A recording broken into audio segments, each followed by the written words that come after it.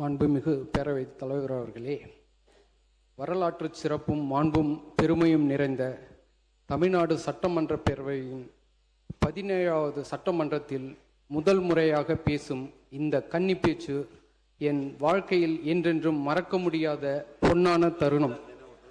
எனக்கு இந்த பெருமைக்குரிய வாய்ப்பு வழங்கிய மக்கள் இயக்கங்களை வென்று தமிழகத்தின் முதலமைச்சராக பொறுப்பேற்று அரசியலில் புரட்சி படைத்து வரும் கழக தலைவர் வெற்றி தளபதி மாண்புமிகு முதல்வர் அவர்களுக்கு எனக்கு பணிவான வணக்கத்தை மனமார்ந்த நன்றியையும் தெரிவித்துக் கொள்கிறேன். மாண்புமிகு பேரவைத் தலைவர் அவர்களே, திரைப்படத்தின் மூலம் கோடிக்கணக்கான மக்களின் கைத்தட்டல்களை பெற்ற எங்கள் தலைவர் அந்த மக்களின் வாழ்க்கையை மாற்றுவதற்கு வரலாற்று சிறப்புமிக்க இயக்கமாக தமிழக வெற்றி கழகத்தை உருவாக்கி மக்களின் ஆசீர்வாதத்துடன் ஆட்சிக்கு வந்திருக்கிறார். தமிழக வெற்றி கழகம் சாதாரண அரசியல் இயக்கம் அல்ல, மாற்றத்தை விரும்பிய மக்களின் முழுமையான நம்பிக்கை. முன்னாள் முதல்வர் புரட்சி தலைவர் எம்ஜிஆர் வழியில் பெற்றோர்களுக்கு பிள்ளையாக, இளைஞர்களுக்கு நண்பனாக, குழந்தைகளுக்கு அண்ணனாக ஒவ்வொரு வீட்டிலும் எங்கள் தளபதி இருக்கிறார் என்பதை மக்கள் நிரூபித்து காட்டியுள்ளார்கள். மாற்றத்தை உருவாக்க முடியும் என்ற நம்பிக்கையோடு அரசியலுக்கு வாருங்கள் என்று மக்கள் தளபதி அழைப்பு விடுத்தார். இந்த மாற்றத்தை மக்கள் உருவாக்கி காட்டியுள்ளார்கள். மாண்புமிகு பேரவைத் தலைவர் அவர்களே, இந்த இயக்கத்தின் தலைவரும் தமிழகத்தின் முதலமைச்சருமான மாண்புமிகு வெற்றி தலைவர் அவர்கள் சொல்லுக்கும் செயலுக்கும் வித்தியாசம் இல்லாதவர். ஊழல் இல்லாத வெளிப்படையான நிர்வாகத்திற்கு உறுதி கொடுத்திருக்கிறார். எங்கள் முதல்வர் போன்று இந்திய வரலாற்றில் இதுவரை எந்த முதல்வரும் லஞ்சத்திற்கு எதிராக இப்படி முழங்கியது இல்லை. உங்களிடம் யாராவது லஞ்சம் கேட்டால் கொடுக்க முடியாது என்று சொல்லுங்கள். உங்களுடன் நான் இருக்கிறேன். இதை மீறி யாராவது கட்டாயப்படுத்தினால் இது எங்க மகன், எங்க பிள்ளை, எங்க அண்ணன், எங்க தம்பி, எங்க விஜய், எங்கள் விஜயோட ஆட்சி என்று உறுதியாக சொல்லுங்கள். யாரும் லஞ்சம் கொடுக்காதீர்கள் என்று சொன்னார். இந்த தைரியம்தான் தமிழக வெற்றி கழகத்துக்கு கொண்டு வந்திருக்கும் மிகப்பெரிய ஒரு மாற்றம். இது இங்கு மட்டும் என்று இல்ல, இந்தியாவிலும் இது ஒலிக்கட்டும். மாண்புமிகு முதல்வர் அவர்கள் தலைமையில் தமிழகம் அனைத்து துறைகளிலும் மின்னல் வேகத்தில் முன்னேறி வருகிறது. முதல்வரின் முயற்சிகளால் தமிழக மக்கள் வாழ்வில் வியக்கத்தக்க மாற்றங்கள் ஏற்படும் என்பது உறுதி. நடந்து முடிந்த சட்டமன்ற தேர்தலில் சைதாப்பேட்டை தொகுதியில் மாசுவை நீக்கி சுத்தமான சுகாதாரமான சைதாப்பேட்டையை உருவாக்குவதற்கு பெருவாரியான வாக்குகள் வித்தியாசத்தில் வெற்றி பெற செய்த எனது சைதாப்பேட்டை தொகுதி மக்களுக்கு என்னுடைய பணிவான நன்றிகளை தெரிவித்துக் கொள்கிறேன். நான் இங்கு இருந்தாலும் அவர்களது பாதத்தை தொட்டு வணங்குகிறேன். கட்சி ஆரம்பித்த 2.5 வருடங்களில் ஆட்சி கட்டிலில் அமர்ந்து தனது முதல் பட்ஜெட்டிலேயே மக்கள் நலன் சார்ந்த பல்வேறு திட்டங்களை, பல்வேறு அறிவிப்புகளை வேற எந்த ஆட்சியிலாவது இதுவரை தமிழக வரலாற்றில் நடந்தேறியதே இல்லை என்று தான் சொல்ல தோன்றுகிறது. நிதிநிலை அறிக்கை பக்கம் 12 அரசு பள்ளியில் தொழில் தூய்மை பராமரிப்பு மற்றும் பாதுகாப்பு சேவைகளை வழங்குவதற்காக ஒருங்கிணைந்த நடைமுறை இல்லாத நிலையை கருத்தில் கொண்டு சூப்பர் கிளீன் சூப்பர் கேம்பஸ் திட்டத்தை அரசு செயல்படுத்தியுள்ளது. இத்திட்டத்தின் கீழ் தினசரி தூய்மை பணிகள், குடிநீர் வசதிகள், கழிப்பறைகள் பராமரிப்பு, பள்ளி வளாகத்துக்குள் 24 மணி நேர பாதுகாப்பு ஆகியவை உறுதி செய்யப்படும் என தெரிவிக்கப்பட்டுள்ளது. அதோடு அரசு உதவி பெறும் பள்ளிகளில் தினம் 1 மணி நேரம் விளையாட்டு பாட வேலை அறிமுகம் செய்யப்பட உள்ளது. இது மக்களிடம், குறிப்பாக பெற்றோர்களிடம் மத்தியில் பெரும் வரவேற்பை பெற்றுள்ளது. ட்ரக்ஸை விடு, ஸ்போர்ட்ஸை எடு என்று சொன்னவர் நமது மாண்புமிகு தமிழ்நாடு முதலமைச்சர் அவர்கள். போதைப் பொருள் இல்லாத தமிழ்நாட்டை உருவாக்கும் இது நமது இலக்கானது. பள்ளிகளிலிருந்தே தொடங்குவது மிகவும் அவசியம். இது குறித்த விழிப்புணர்வு ஏற்படுத்துவதற்காக 10,581 என்ற உதவி எண் பள்ளி வளாகங்களில் தெளிவாக காட்சிப்படுத்தப்படும் என்று இத்திட்டத்தை செயல்படுத்த 7 கோடி ரூபாய் நிதி ஒதுக்கீடு அறிவிக்கப்பட்டிருப்பது வரவேற்கத்தக்கது. மாணவர்களும் ஆசிரியர்களுக்கும் பாதுகாப்பாகவும் ரகசியமாகவும் தகவல்களை தெரிவிக்க ஏதுவாக போதைப்பொருள் இல்லாத தமிழ்நாடு என்ற செயலியின் மூலம் போதைப்பொருள் கடத்தல், மற்றும் பயன்பாடு குறித்த தகவல்களை பகிரும் வசதி உருவாக்கப்பட்டுள்ளது. எதிர்கால சந்ததியினரை ஆரோக்கியமான சமுதாயமாக மாற்றப்போகும் இந்த திட்டத்தை தமிழக வெற்றி கழகத்தின் சார்பாக நான் மனமாற வரவேற்கிறேன். மாணவர்களுக்கு பயனுள்ளதாக இருக்கும் மடிக்கணினியை வழங்குவதற்காக அரசு கல்லூரி மாணவர்களுக்கு வெற்றி மடிக்கணினி திட்டத்தை செயல்படுத்துவதற்காக 2000 கோடி ரூபாய் ஒதுக்கீடு செய்யப்பட்டிருப்பதாக தெரிவிக்கப்பட்டுள்ளது. மாணவர்கள் தங்கள் தொழில்நுட்ப அறிவை வளர்த்துக் கொள்ளவும் திறன் மேம்பாட்டு பயிற்சி பெற்றுக்கொள்ளவும் மடிக்கணினி மிகவும் பயனுள்ளதாக இருக்கும் என்பதை தெரிவிப்பதில் நான் மற்றற்ற மகிழ்ச்சி அடைகிறேன். தமிழ்நாட்டு இளைஞர்களின் அதிநவீன திறன்களை பெறுவதற்கு உறுதி செய்து அவர்களை வேலைவாய்ப்புக்கு தகுதியுடையவர்களாக உருவாக்குவதுடன் அவர்களுடைய தொழில் முனைவு ஆர்வத்தை வளர்க்கும் நோக்கில் இந்த அரசு வெற்றி திறன் பயிற்சி திட்டத்தை அறிமுகப்படுத்தியுள்ளது. இத்திட்டத்தின் கீழ் நடப்பு ஆண்டில் 12 லட்சம் கல்லூரி மாணவர்களும் 1 லட்சம் வேலையில்லா இளைஞர்களும் தொழில்துறை தேவைக்கேற்ப திறன் பயிற்சி வழங்கப்படும். பணி பயிற்சி காலத்தில் உதவித்தொகை வழங்கப்படும் எனவும் இத்திட்டத்தினை செயல்படுத்துவதற்கு 150 கோடி ரூபாய் நிதி ஒதுக்கீடு செய்யப்படும் என்றும் இந்த நிதி அறிக்கையில் தெரிவிக்கப்பட்டுள்ளது. இதனை நான் வரவேற்பதில் பெரும் மகிழ்ச்சி அடைகிறேன்.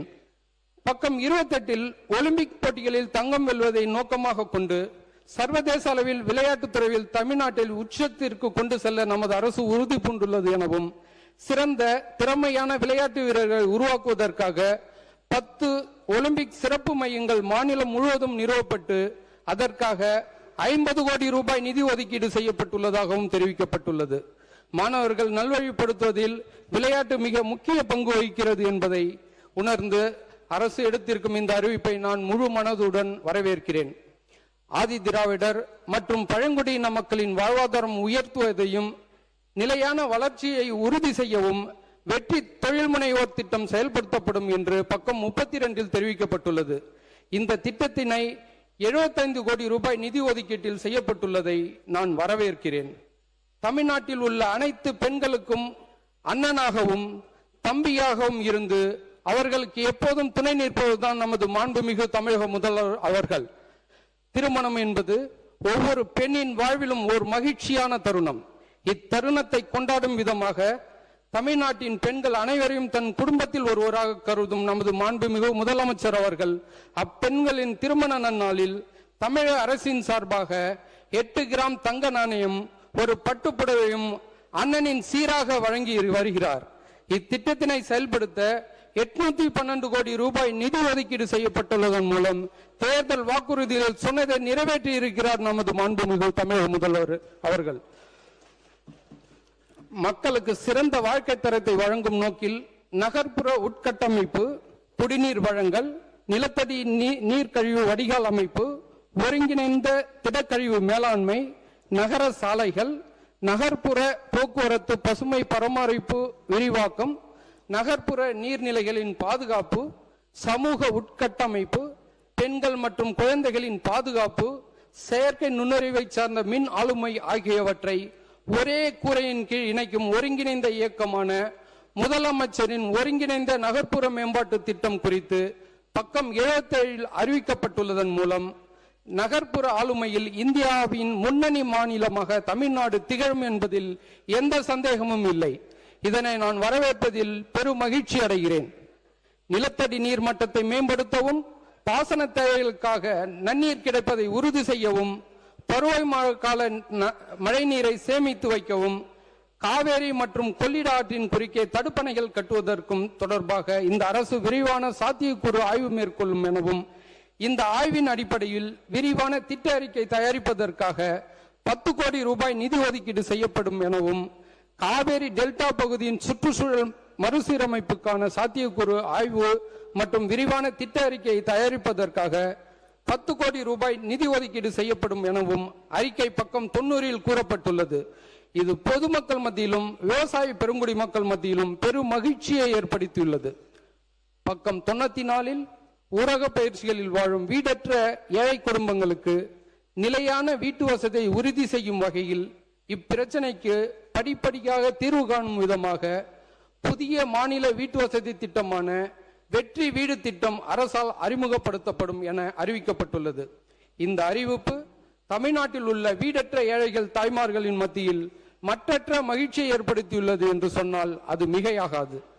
பக்கம் 101 பெண்கள் மற்றும் குழந்தைகளுக்கு எதிரான குற்றங்கள் இல்லாத ஒரு சமூக கட்டமைப்பை உருவாக்குவதை இலக்காக கொண்டு பெண்கள் மற்றும் குழந்தைகளுக்கு எதிரான குற்றங்களுக்கு பூஜ்ய சகிப்புத்தன்மை என்ற உறுதியான கொள்கையை முதன்மையாக கொண்டு மாண்புமிகு தமிழ்நாடு முதலமைச்சர் அவர்கள் அறிவித்தபடி பெண்களின் பாதுகாப்பை மேம்படுத்துவதற்காக பெண்கள் தலைமையிலான காவல் பணிகள், அவசரகால நடவடிக்கை மற்றும் குற்ற தடுப்பு நடவடிக்கைகளுக்காக சிங்கப்பெண் சிறப்பு அதிரடிப்படை அமைக்கப்பட்டு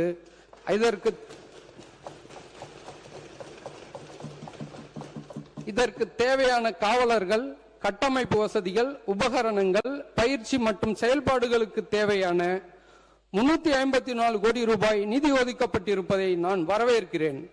பெண்கள் மற்றும் குழந்தைகள் பாதுகாப்பிற்காக மாண்புமிகு முதலமைச்சர் அவர்கள் இந்நடவடிக்கைக்கு பெண்கள் மத்தியில் வரவேற்பும் ஆதரவும் உள்ளதை நான் சுட்டிக்காட்டுவதில் பெருமகிழ்ச்சி அடைகிறேன். அரசின் திட்டங்களை மக்களுக்கு கொண்டு செல்பவர்கள் அரசு ஊழியர்கள் என்பதை உணர்ந்து அவரின் நலத்தை பேணும் வகையில் அரசு ஊழியர்கள் மற்றும் ஓய்வூதியதாரர்களுக்கு 5 ஆண்டு காலத்திற்கு புதிய மருத்துவ காப்பீட்டு திட்டம் அறிமுகப்படுத்தப்பட்டுள்ளது. இப்புதிய திட்டத்தின் கீழ் அடிப்படை காப்பீட்டு தொகை 5 லட்சம் ரூபாயிலிருந்து 7.5 லட்சம் ரூபாயாக உயர்த்தப்பட்டுள்ளது.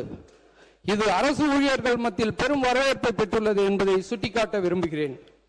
வேளாண்மை நிதி அறிக்கை பொறுத்தவரையில் உழவர் நலம் பேணும் எண்ணற்ற திட்டங்கள் இடம்பெற்றுள்ளன. நேரத்தின் அருமை கருதி குறிப்பாக ஒன்றிணைந்த திட்டங்களை மட்டும் நான் சொல்ல விழைகிறேன். மண்ணின் வளத்தை காத்திட தமிழ்நாடு மண்வள பாதுகாப்பு இயக்கம் என்ற 5 ஆண்டு திட்டத்திற்கு ரூபாய் 600 கோடி நிதி ஒதுக்கப்பட்டுள்ளது. ஊட்டச்சத்து மிகுந்த சிறுதானியங்கள் சாகுபடி பரப்பு உற்பத்தி திறனை அதிகரித்திட தமிழ்நாடு சிறுதானிய இயக்கம் செயல்படுத்திட 63 கோடி ரூபாய் நிதி ஒதுக்கீடு. மாநில அளவிலான பயிர் விளைச்சல் போட்டிகளுக்கு மக்கள் சேவையர் அஞ்சலை அம்மாள் பெயரில் 50 லட்சம் நிதி ஒதுக்கீடு. மாவட்ட அளவில் வெற்றி விவசாயி விருது வழங்கிட 67 லட்சம் நிதி ஒதுக்கீடு. கூட்டுறவு பயிர்க்கடன் வழங்கிட 17,000 கோடி இலக்கு நிர்ணயித்தல். 125 கோடி ரூபாய் மதிப்பீட்டில் 5,955 கிலோமீட்டர் நீளத்துக்கு ஆறுகள், வாய்க்கால்கள், கால்வாய்கள் மற்றும் வடிகால்கள், 1,161 தூர்வாரும் பணிகளை நடப்பாண்டில் மேற்கொள்ளுதல் போன்றவை விவசாயிகளுக்கு பெரும் மகிழ்ச்சியை கொடுத்துள்ளது. கிராம வேலை உறுதி மற்றும் வாழ்வாதார திட்டத்தில் 12,000 இயற்கை வள மேலாண்மை மற்றும் நீர் பாதுகாப்பு பணிகளுக்கு 1,500 கோடி ரூபாய் ஒதுக்கீடு. தமிழ்நாட்டில் 23 லட்சம் வேளாண்மை மின் இணைப்புகளுக்கு இலவச மும்முனை மின்சாரம் வழங்குதல் என பல்வேறு திட்டங்கள் வேளாண்மை மற்றும் வேளாண் சார்ந்த தொழில்களின் வளர்ச்சிக்காகவும் விவசாயிகளின் மேம்பாட்டிற்காகவும் அறிவிக்கப்பட்டுள்ளன. இத்திட்டங்கள் விவசாயிகளின் மத்தியில் பெரும் மகிழ்ச்சியையும் வரவேற்பையும் பெற்றுள்ளதை நான் இந்த அவையில் சுட்டிக்காட்டி மிக மகிழ்ச்சி அடைகிறேன். மாண்புமிகு பேரவைத் தலைவர்களே, எனது சைதாப்பேட்டை தொகுதி சார்பாக சில கோரிக்கைகள் மட்டும் இங்கே பதிய வைக்க விரும்புகிறேன். மீதமுள்ள தொகுதி கோரிக்கையை சட்டமன்ற பேரவை நடவடிக்கை குறிப்பில் பதிவு செய்து கொண்டுமாறு மிக பணிவுடன் கேட்டுக்கொள்கிறேன். சைதாப்பேட்டை தொகுதியில் பல்வேறு பகுதியில் 3 தலைமுறையாக வகித்து வரும் குடும்பங்களுக்கு இதுவரை பட்டா வழங்கப்படவில்லை. எனவே அவர்கள் நமது வெற்றி கழக தலைவர் ஆட்சியில் பட்டா வழங்குவதற்கு இந்த அரசு வழிவகை செய்யுமாறு மிக பணிவுடன் கேட்டுக்கொள்கிறேன்.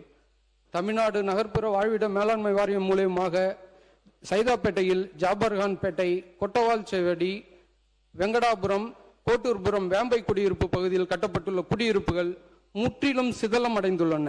50 ஆண்டுகளை கடந்த நிலையில் பெயர்ந்து விழும் மேற்கூரைகள், ஒழுங்கும் மழை நீர் என்று உயிரை கையில் பிடித்தபடி மக்கள் வாழ்கிறார்கள்.